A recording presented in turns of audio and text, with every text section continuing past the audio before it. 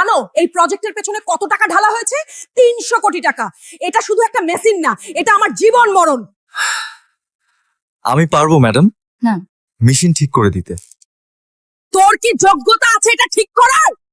তুই জানিসও কি এটা 300 কোটি টাকার প্রজেক্ট? যদি তুই এই মেশিনটি ঠিক করে দিতে পারিস তবে তোকে 20 কোটি দেব।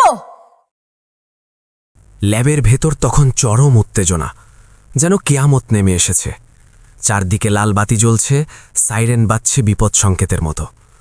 অপারেশনস হেড ফারজানা আহমেদ এবং চিফ ইঞ্জিনিয়ারের মধ্যে চলছে উত্তপ্ত বাক্য বিনিময়। চিফ ইঞ্জিনিয়ার হাঁপাতে হাঁপাতে বললেন, ম্যাডাম, ইটস ইম্পসিবল।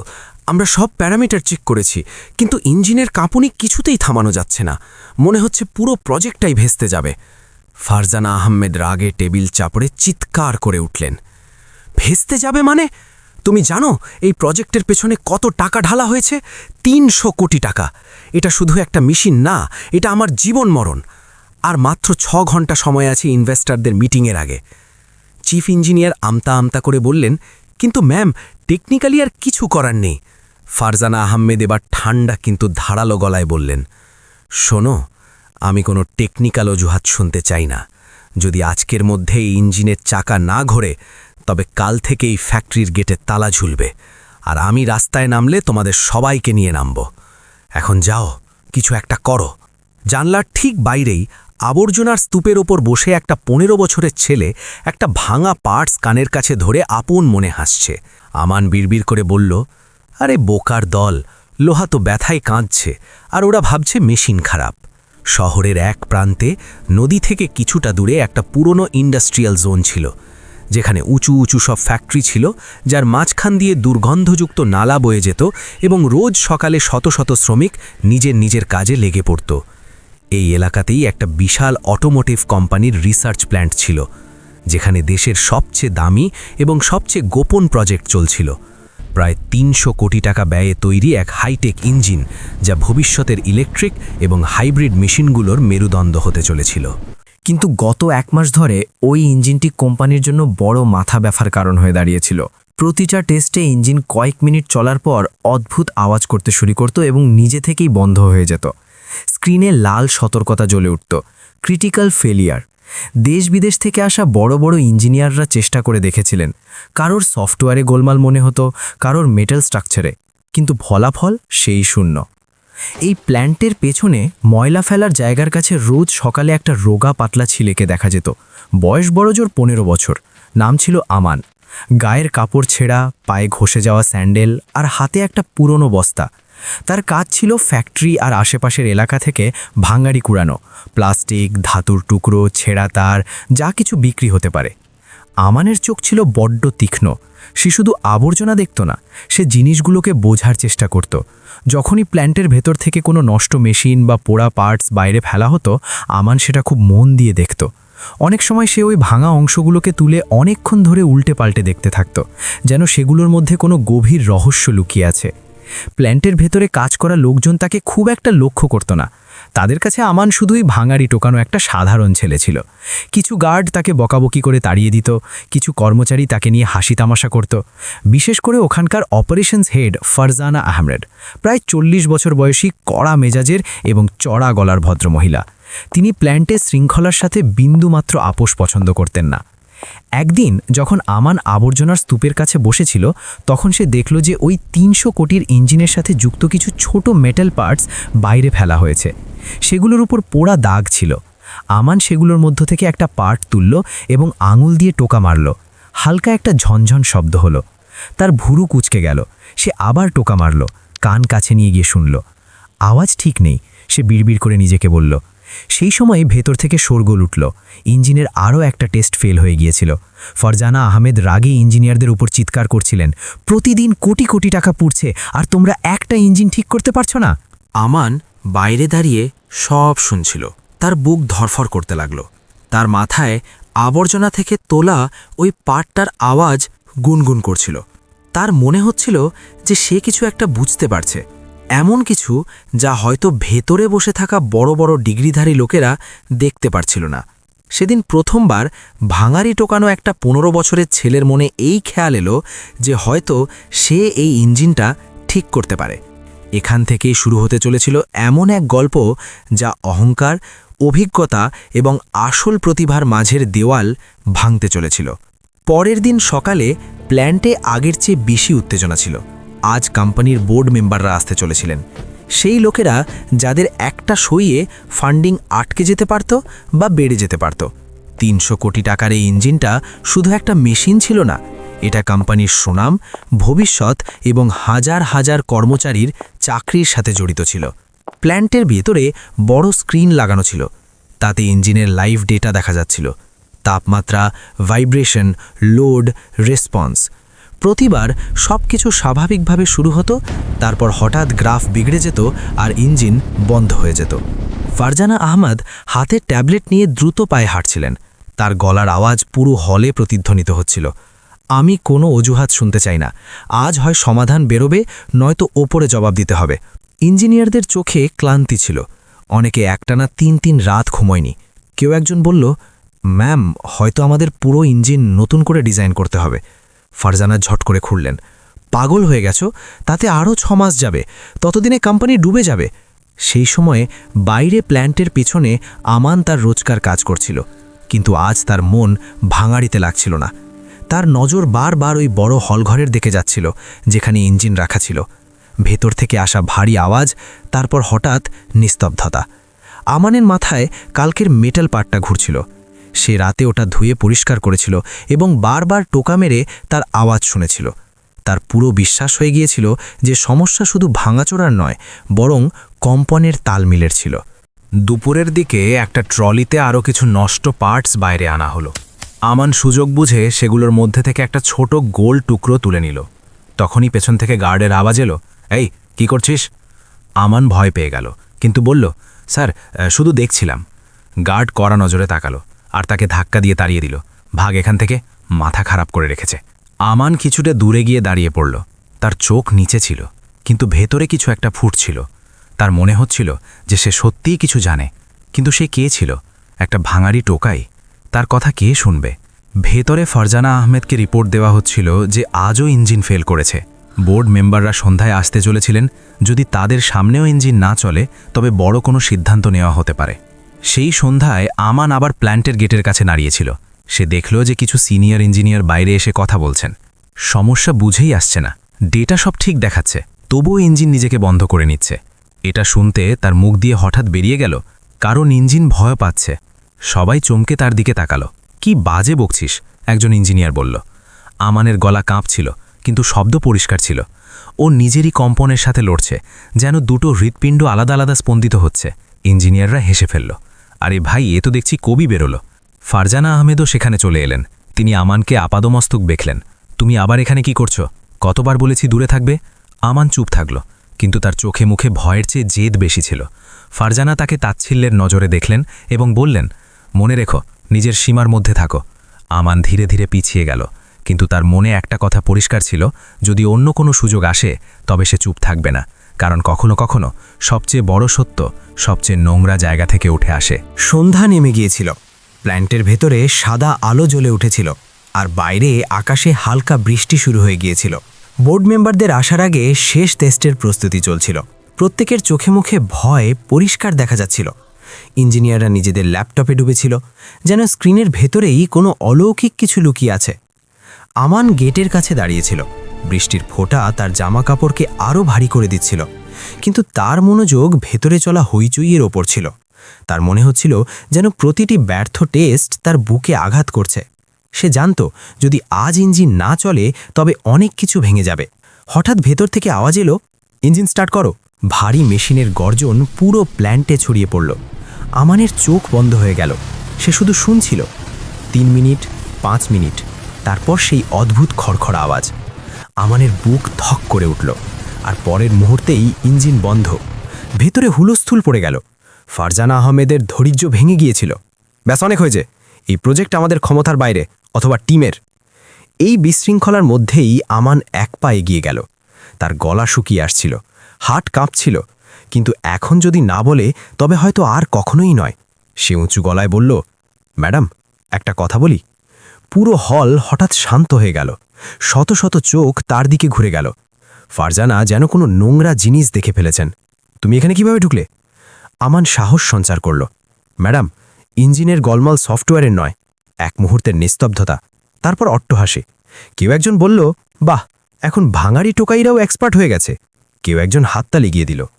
ফারজানা ব্যঙ্গ করে বললেন, তো বলো মহান ইঞ্জিনিয়ার, সমস্যাটা কি? আমানের চোখ ঝুঁকল, তারপর ওপরে উঠল। ইঞ্জিনের হারমোনিক ফ্রিকোয়েন্সি ভুল সেট হচ্ছে। সেন্সার ঠিক আছে, কিন্তু কম্পনের তালমিল বসছে না। হাসি আরও জোরালো হলো। ফারজানার মুখ শক্ত হয়ে গেল। তুমি জানো এই ইঞ্জিন কত টাকার? 300 কোটি টাকা। এটা কোনো ভাঙাচোড়া মাল নয় যা তুমি টোকা মেরে ঠিক করে দেবে। আমানের কান গরম হয়ে গেল। তার মনে হলো সবাই তার বাবা, তার দারিদ্র্য, তার জামাকাপড় নিয়ে হাসছে, কিন্তু সে নিজেকে সামলে নিল। ম্যাডাম, আমাকে শুধু 5 মিনিট দিন, আমি ইঞ্জিনটাকে শুনতে চাই। এবার ফারজানা চিৎকার করলেন, সিকিউরিটি, একে এক্ষুনি বাইরে বের করো। দুজন গার্ড এগিয়ে এলো। আমান পেছাতে লাগল। তখনই এক সিনিয়র ইঞ্জিনিয়ার, যে এতক্ষণ চুপ ছিল, বলল, ম্যাডাম একটা প্রশ্ন, আমরা এমনিতে কোনো সমাধান পাইনি। যদি এই বাচ্চাটা ভুল হয় তাতেও কি বা ক্ষতি হবে? হলে গুঞ্জন শুরু হলো। ফারজানা সবাইকে দেখলেন, তারপর আমানের দিকে তাকালেন। তার চোখে ভয় ছিল, কিন্তু তার চেয়ে বেশি অন্য কিছু, আত্মবিশ্বাস। তিনি ঠান্ডা গলায় বললেন, ঠিক আছে, কিন্তু মনে রেখো, যদি তুমি সময় নষ্ট করো তবে এর দাম চুকাতে হবে। আমান প্রথমবার স্বস্তির নিঃশ্বাস ফেলল। সে সুযোগ পেয়ে গিয়েছিল। এখন প্রশ্ন এটা ছিল না যে লোকে তার ওপর হাসবে কিনা, প্রশ্ন এটা ছিল যে সে কি সত্যিই ইঞ্জিনের আওয়াজ বুঝতে পারছিল। পরের মুহূর্তটা তার জীবনের সবচেয়ে বড় পরীক্ষা হতে চলেছিল। পুরো হল যেন থমকে গিয়েছিল। গার্ডরা সরে গিয়েছিল, ইঞ্জিনিয়াররা নিজের জায়গায় দাঁড়িয়েছিল, আর ফারজানা আহমেদ হাত ভাঁজ করে সামনে দাঁড়িয়েছিলেন। তার চোখে পরিষ্কার লেখা ছিল, এই বাচ্চাটা সময় নষ্ট করছে। আমান ধীরে ধীরে ইঞ্জিনের দিকে এগোলো। তার জামাকাপড় ভেজা ছিল, চুল কপালের সাথে লেপ্টে ছিল। এত বড় চকচকে ইঞ্জিনের সামনে তাকে খুব ছোট লাগছিল, কিন্তু তার পা টলল না। ইঞ্জিন স্টার্ট করুন, আমান নিচু কিন্তু পরিষ্কার গলায় বলল। একজন ইঞ্জিনিয়ার ইতস্তত করে বোতাম টিপল। ইঞ্জিন চালু হলো। ভারী আওয়াজ গমগম করে উঠল। হলে কম্পন অনুভূত হলো। আমান চোখ বন্ধ করে নিল। সে কোনো স্ক্রিন দেখল না, কোনো ডেটা পড়ল না। তার পুরো মনোযোগ শুধু আওয়াজের ওপর ছিল। থক থক থক, তারপর হালকা একটু বড়বড়। আমানের ভুরু কুঁচকে গেল। সে তার হাত ধীরে ধীরে ইঞ্জিনের বাইরের বডিতে রাখল। গরম ধাতুর তাপ তার হাতের তালুতে নেমে এলো। তার মাথায় যেন বহু বছর পুরনো স্মৃতি ঘুরে গেল। বাবার ওয়ার্কশপ, জংধরা মেশিন, আর সেই একই আওয়াজ। স্পিড ধীরে ধীরে বাড়ান, আমান বলল। ইঞ্জিনিয়ার সেটাই করল। 2000 আরপিএম, 2500 আরপিএম। হঠাৎ আমান বলল, এখানেই গোলমাল আছে। সবাই চমকে গেল। 2800 আরপিএমের আশেপাশে ইঞ্জিন নিজের সাথে লড়তে শুরু করে, যেন দুটো আলাদা আলাদা তালে ঢোল বাজছে। ফারজানা ব্যঙ্গ করে বললেন, তুমি কবিতা শোনাতে এসেছো না সমস্যা বলতে? আমান চোখ খুলে তার দিকে তাকালো। প্রথমবার তার গলায় জোর ছিল। ম্যাডাম, ইঞ্জিনের গঠন আর তার কন্ট্রোল সিস্টেম একে অপরের প্রত্যাশার সাথে মিলছে না। হলে নিস্তব্ধতা নেমে গেল। এক সিনিয়র ইঞ্জিনিয়ার এগিয়ে এসে জিজ্ঞেস করল, তুমি বলতে কি চাও? আমান মাটিতে পড়ে থাকা একটা ছোট্ট মেটাল পার্টের দিকে ইশারা করল। এই ইঞ্জিন খুব কড়া হারমোনিকের উপর তৈরি, কিন্তু এর কন্ট্রোল সিস্টেম একটু নমনীয় প্রতিক্রিয়া ধরে এগোচ্ছে। যেমন কারো দ্রুত স্পন্দন চাই আর কারো ধীর। কেউ একজন ফিসফিস করে বলল, এ তো হারমোনিক মিসম্যাচ। ফারজানার চোখ কুঁচকে গেল। যদি এতই সহজ ছিল তবে আমাদের ইঞ্জিনিয়াররা কেন ধরতে পারেনি? আমান মাথা নিচু করে নিল, কারণ ওরা ডেটা দেখছিল, আওয়াজ শুনছিল না। কিছু লোক হাসতে চাইছিল, কিন্তু হাসি বেরুল না। আমান ইঞ্জিনের কাছে ঝুঁকল। সে এক জায়গায় আঙুল দিয়ে হালকা টোকা দিল। ইঞ্জিন ঠিক আছে, সে বলল, শুধু এটাকে নিজের কম্পন থেকে বাঁচানোর দরকার। এখন প্রশ্ন উঠে গিয়েছিল, যদি এই ছেলেটা ঠিক হয় তবে পরের পদক্ষেপ কি হবে, আর যদি ভুল হয় তবে সবার সামনে তার অপমান নিশ্চিত ছিল। হলে সবার নিঃশ্বাস আটকে ছিল।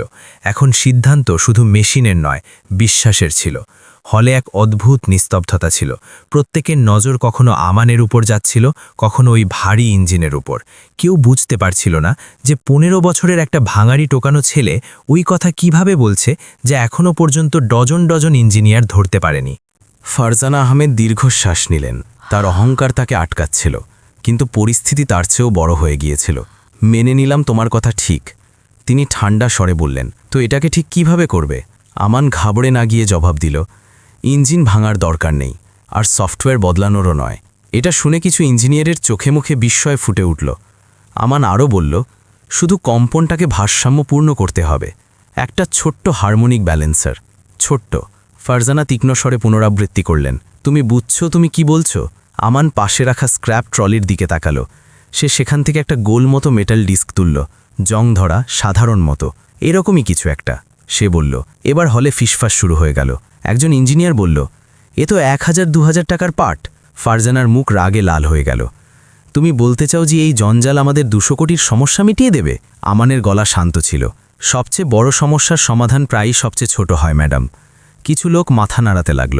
কারোর কাছে এখন আর এটা মজা মনে হচ্ছিল না। ফারজানা কঠোরভাবে বললেন, ঠিক আছে, তোমার কাছে 2 ঘন্টা সময় আছে। যদি ইঞ্জিন ঠিক হয় তবে তিনি এক মুহূর্ত থামলেন। তোমাকে এখান থেকে বের করার কেউ থাকবে না।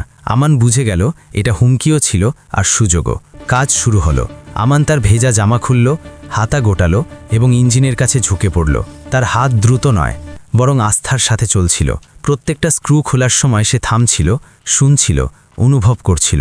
ইঞ্জিনিয়াররা অবাক হয়ে দেখছিল, এই বাচ্চাটা এমনভাবে কাজ করছে যেন বছরের পর বছর ধরে এটাই করে আসছে। কেউ একজন ফিসফিস করল। সময় গড়িয়ে চলল। 30 মিনিট, 1 ঘন্টা। ফারজানা বারবার ঘড়ি দেখছিলেন। তার চোখে মুখে এখন রাগের চেয়েও অস্থিরতা বেশি ছিল। আমান ওই মেটেল ডিস্কটা সঠিক জায়গায় ফিট করল। তারপর ইঞ্জিনটাকে আবার সিল করল। সে তার হাতের তালু দিয়ে ইঞ্জিনটাকে হালকা চাপড় দিল, যেন কোনো অসুস্থ রোগীকে সাহস জোগাচ্ছে। তারপর সে চোখ বন্ধ করল। 1 মুহূর্তের জন্য হলে সব শান্ত ছিল। রেডি আছে, আমান বলল। এখন টেস্ট করুন। এখন প্রশ্ন শুধু ইঞ্জিনের ছিল না। এখন প্রশ্ন এটা ছিল যে সবার বিশ্বাস ভাঙবে না ইতিহাস তৈরি হবে। পুরো হল যেন নিঃশ্বাস পাটকে দাঁড়িয়েছিল। কারোর কথা বলার সাহস হচ্ছিল না। ইঞ্জিনিয়ারদের হাত কিবোর্ড থেকে সরে গিয়েছিল। ফারজানা আহমেদ সোজা দাঁড়িয়েছিলেন, চোখ ইঞ্জিনের উপর আটকে ছিল। তার মুখে এখন রাগ ছিল না, শুধু ভয় ছিল। ভয় এই কথার যে যদি এই ছেলেটা ঠিক প্রমাণিত হয় তবে তার বছরের পর বছরের অহংকার সবার সামনে ভেঙে যাবে। ইঞ্জিন স্টার্ট করা হোক, একজন ইঞ্জিনিয়ার নিচু গলায় জিজ্ঞেস করল। ফারজানা মাথা নাড়লেন। বোতাম টেপা হলো। ইঞ্জিন চালু হলো। আগের মতো চড়া ছড়ানো আওয়াজ ছিল না। এবার ধ্বনি গভীর ছিল, স্থির, যেন কারোর হৃৎস্পন্দন হঠাৎ সঠিক ছন্দে চলে এসেছে। 1 মিনিট কাটল, 2 মিনিট। স্ক্রিনে গ্রাফ স্থির ছিল, তাপমাত্রা স্বাভাবিক, ভাইব্রেশন নিয়ন্ত্রণে। 5 মিনিট। কিছু ইঞ্জিনিয়ার অজান্তেই একে অপরের দিকে তাকালো। তাদের চোখে প্রশ্ন ছিল, সত্যি কি? 10 মিনিট। এতক্ষণে ইঞ্জিন প্রতিবার বন্ধ হয়ে যেত, কিন্তু এবার সেটা সমানে চলছিল। না কোনো লাল আলো, না সতর্কতা। ফারজানার আঙুলগুলো অজান্তেই মুষ্টিবদ্ধ হয়ে গেল। 15 মিনিট। হলে কেউ একজন নিচু গলায় বলল, এ তো রেকর্ডের চেয়ে এগিয়ে গেছে। আমান চুপচাপ দাঁড়িয়েছিল। তার নজর স্ক্রিনে নয়, ইঞ্জিনের ওপর ছিল। সে শুধু শুনছিল। তার চোখ বন্ধ ছিল, যেন কোনো পুরনো বন্ধুর গলার আওয়াজ চিনতে পারছে। 20 মিনিট। এখন ইঞ্জিনের আওয়াজ আরও মসৃণ হয়ে গিয়েছিল, যেন সে নিজেও স্বস্তি পেয়েছে। একজন সিনিয়র ইঞ্জিনিয়ার ডেটা দেখল এবং প্রায় চেঁচিয়ে উঠল, ম্যাডাম, এফিসিয়েন্সি 96%-এ স্থির আছে। এটা তো আগের চেয়ে ভালো চলছে। পুরো হল হঠাৎ কোলাহলে ভয়ে গেল। কেউ একজন হাততালি বাজালো, কেউ চেয়ার থেকে উঠে স্ক্রিনটা আবার দেখল। কিছু ইঞ্জিনিয়ারের চোখে আনন্দ ছিল, কিছুর চোখে লজ্জা। ফারজানা আহমেদ তখনও নীরব ছিলেন। তার মুখের রং বদলে গিয়েছিল। ইঞ্জিন 30 মিনিট পর্যন্ত না থেমে চলতে থাকল। স্টপ করুন, অবশেষে তিনি বললেন। ইঞ্জিন বন্ধ হলো। 1 মুহূর্তের নিস্তব্ধতা, তারপর করতালির গুঞ্জন। এটা কোনো আনুষ্ঠানিক হাততালি ছিল না, এটা স্বস্তির হাততালি ছিল, হারের পর পাওয়া জয়ের হাততালি। আমান ওখানেই দাঁড়িয়েছিল, যেন তার বিশ্বাসই হচ্ছিল না যে এসব সত্যি। একজন ইঞ্জিনিয়ার এগিয়ে এলো আর বলল, বাবা, এটা তুমি কিভাবে শিখলে? আমান মাথা নিচু করে নিল। শুনে, সে বলল, আর বুঝে। ফারজানা দীর্ঘশ্বাস নিলেন। সবার নজর এখন তার ওপরই ছিল। তিনি আমানের দিকে তাকালেন। প্রথমবার তার গলায় কঠোরতা ছিল না। তোমার নাম কি? আমান, সে বলল। সেই মুহূর্তটা শুধু একটা ইঞ্জিন ঠিক হওয়ার ছিল না, সেই মুহূর্তটা একটা বাচ্চার আবর্জনা থেকে উঠে ইতিহাস লেখার ছিল। কিন্তু গল্প এখনও শেষ হয়নি। আসল পরিবর্তন তো এখন শুরু হতে চলেছিল। হাততালির আওয়াজ ধীরে ধীরে থেমে গেল, কিন্তু হলে ছড়িয়ে থাকা নিস্তব্ধতা এখন আর আগের মতো ছিল না। এই নিস্তব্ধতা বিস্ময়ের ছিল, স্বীকৃতির ছিল। ফরজানা আহমেদ তখনও ওখানেই দাঁড়িয়েছিলেন। কিছুক্ষণ আগে পর্যন্ত যে মহিলা সবাইকে বকাবকি করছিলেন তিনিই এখন শব্দ খুঁজছিলেন। তিনি আমানকে আপাদমস্তক দেখলেন, নোংরা জামাকাপড়, কালো হয়ে যাওয়া হাত আর চোখে অদ্ভুত একটা ঔজ্জ্বল্য। তুমি লেখাপড়া করেছ? তিনি জিজ্ঞেস করলেন। আমান একটু ইতস্তত করল। ম্যাডাম, স্কুলে গিয়েছিলাম। অষ্টম শ্রেণী পর্যন্ত? কিছু ইঞ্জিনিয়ারের চোখ বড় বড় হয়ে গেল। অষ্টম? কারোর মুখ দিয়ে বেরিয়ে গেল। ফরজানা ধীরে ধীরে জিজ্ঞেস করলেন, তো এসব কিভাবে জানো? আমান প্রথমবার পুরো হলের দিকে তাকালো। তার গলায় এখন আর ভয় ছিল না। আমার বাবা মেকানিক ছিলেন। ছোটবেলা থেকে মেশিনের মধ্যে থেকেছি। তারপর ভাবাড়ি কুড়োতে কুড়োতেও যা ফেলে দেওয়া হয় সেটা বোঝার চেষ্টা করি। হলে একটা অদ্ভুত নীরবতা নেমে এলো। অনেক লোকের নিজেদের হাসি নিজেদের ব্যঙ্গ মনে করতে লাগল। ফারজানার চোখ নিচু হয়ে গেল। আজ যদি তুমি না থাকতে তবে এই প্রজেক্ট বন্ধ হয়ে যেত। এটা মেনে নেওয়া তার জন্য সহজ ছিল না, কিন্তু সত্য সামনে ছিল। তখনই বোর্ড মেম্বাররা ভেতরে এলেন। তাদের পুরো রিপোর্ট দেখানো হলো, লাইভ ডেটা, ইঞ্জিনের পারফরমেন্স, সব কিছু। একজন মেম্বার সরাসরি প্রশ্ন করলেন, এটা কে ঠিক করল? কয়েক সেকেন্ড কেউ কথা বলল না। তারপর একজন ইঞ্জিনিয়ার আমানের দিকে ইশারা করল, এই ছেলেটা। বোর্ড মেম্বাররা আমানকে দেখল, তারপর ফারজানাকে। তাদের চোখে প্রশ্ন ছিল। ফারজানা ভারী গলায় বললেন, হ্যাঁ ওই। সেই একটি শব্দে তার পুরো অহংকার ভেঙে গেল। সিদ্ধান্ত দ্রুত নেওয়া হলো। আমানকে কোম্পানির সাথে ট্রেনিং প্রোগ্রাম দেওয়া হলো। তার পড়াশোনা আবার শুরু করানোর দায়িত্ব কোম্পানি নিল এবং সবচেয়ে জরুরি, সে সম্মান পেল। যখন আমান বাইরে বেরোলো তখন প্রথমবার তার এমন মনে হলো যে লোকে তাকে দেখছে, শুধু তার দারিদ্র্য নয়, তার যোগ্যতা। ফারজানা আহমেদ পিছন থেকে এলেন। আমান, তিনি বললেন। সে দাঁড়ালো। আজ আমি শিখলাম যে ডিগ্রি মানুষকে বড় করে না, নজর আর শোনার ক্ষমতা বড় করে। আমান মাথা নিচু করে নিল। বাবা বলতেন, ম্যাডাম, মেশিন কখনো মিথ্যে বলে না। ফারজানা হালকা হাসলেন। কয়েক মাস কেটে গেল। এখন সেই প্ল্যান্ট আগের চেয়ে আলাদা ছিল। দেওয়ালে নতুন পোস্টার লাগানো ছিল, প্রত্যেক আওয়াজ গুরুত্ব রাখে। আমান এখন আর রোজ ভাঙাড়ি কুড়োতো না। সে সকালে পরিষ্কার জামাকাপড়ে আসত, হাতে নোটবুক থাকত। সে শিখছিল, পড়ছিল আর সবচেয়ে বেশি শুনছিল। ইঞ্জিনিয়াররা এখন তার সাথে কথা বলতো, তার মতামত চাইত। একদিন ওই ইঞ্জিন আবার চালু হলো, এবার পুরো দুনিয়ার সামনে, এবং সেটা না থেমে, না ভয় পেয়ে চলল। ফারজানা আহমেদ পেছনে দাঁড়িয়েছিলেন। ভিড় হাততালি বাজাচ্ছিল। আমান ইঞ্জিনের দিকে তাকালো আর মনে মনে বলল, ধন্যবাদ। কারণ কখনো কখনো আবর্জনায় নয়, আমাদের চিন্তা ভাবনায় নোংরা থাকে, আর যখন সেটা পরিষ্কার হয় তখন ভাঙারি টোকানো লোকও ইতিহাস তৈরি করে দেয়। ইঞ্জিনের সেই ছন্দময় আওয়াজ এখন পুরো হলের মধ্যে এক জাদুর পরিবেশ তৈরি করেছিল। সবাই যখন হাততালিতে মগ্ন, আমান তখন ধীর পায়ে গেটের দিকে এগোচ্ছিল। তার কাজ শেষ। ফারজানা আহমেদ পেছন থেকে ডাক দিলেন, আমান, কোথায় যাচ্ছ? আমান ঘুরে দাঁড়ালো। তার মলিন পোশাকে তেলকালি মাখা, কিন্তু মুখে এক অদ্ভুত প্রশান্তি। সে বলল, আমার বস্তাটা বাইরে পড়ে আছে ম্যাডাম, ওটা না নিয়ে গেলে আজ রাতে না খেয়ে থাকতে হবে। ফারজানা এগিয়ে এসে আমানের কাঁধে হাত রাখলেন। তার চোখে তখন আর সেই কঠোরতা নেই, আছে কৃতজ্ঞতা। তিনি বললেন, আজ থেকে তোমাকে আর পেটের খিদের জন্য ময়লা ঘাটতে হবে না। যে হাত ৩০০ কোটি টাকার সম্মান বাঁচাতে পারে, সেই হাতের জায়গা রাস্তায় নয়, এই ল্যাবে।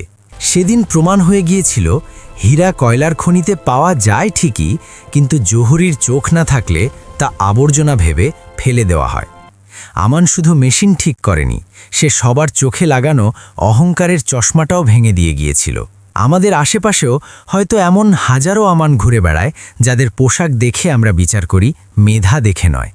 কে জানে, হয়তো আপনার একটু সহানুভূতির ছোঁয়ায় তারাও বদলে দিতে পারে পৃথিবীটা। গল্পটা আপনার হৃদয়ে একটুও জায়গা করে নিলে ভিডিওটিতে একটি লাইক অবশ্যই দেবেন। আর জীবনের এমনই সব অনুপ্রেরণামূলক গল্প শুনতে আমাদের চ্যানেলটি সাবস্ক্রাইব করে বেল আইকনটি চেপে দিন। দেখা হবে পরের ভিডিওতে। ততক্ষণ পর্যন্ত ভালো থাকুন আর মানুষের ভেতরের মানুষটাকে সম্মান করতে শিখুন। আল্লাহ হাফিজ।